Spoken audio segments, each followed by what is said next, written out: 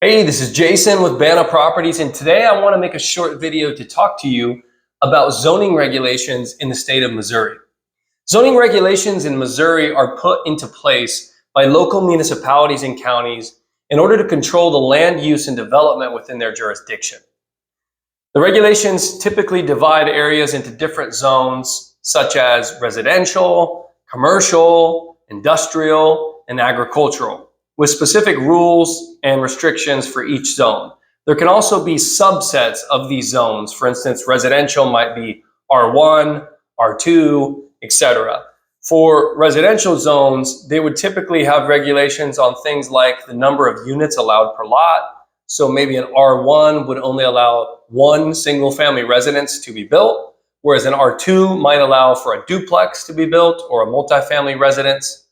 Other things like building height, setbacks from the property lines, how far up the property line you have to be to build a structure.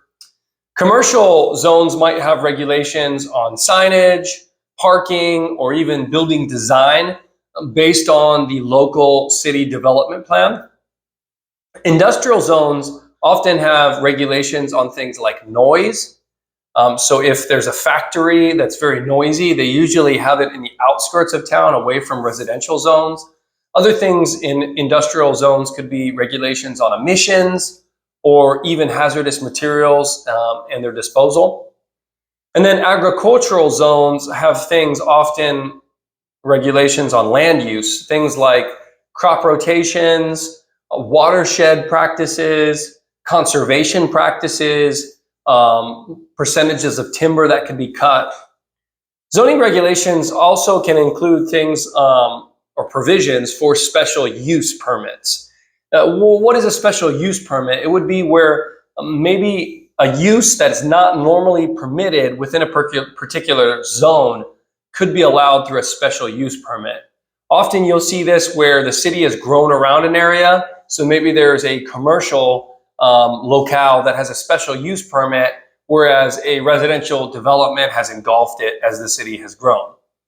Violations of zoning regulations can result in fines or penalties, so please investigate your local municipality or county's zoning regulations. They could even result, if you're out of compliance with the zoning regulations, in the county forcing you to make changes on the property, like tear down something that you've built, which could be a very costly process. Property owners and developers can often appeal zoning decisions through the local planning commission or zoning board. Every county has a different process for this, but often you can request an audience and present your case for an appeal. And zoning regulations are subject to change over time. So keep that in mind as municipalities or counties or cities continue to grow. Often they'll update their zoning restrictions and regulations periodically to reflect changes in land use and development patterns. Thank you so much for watching this video. Please check out our links for county by county information about zoning in the state of Missouri.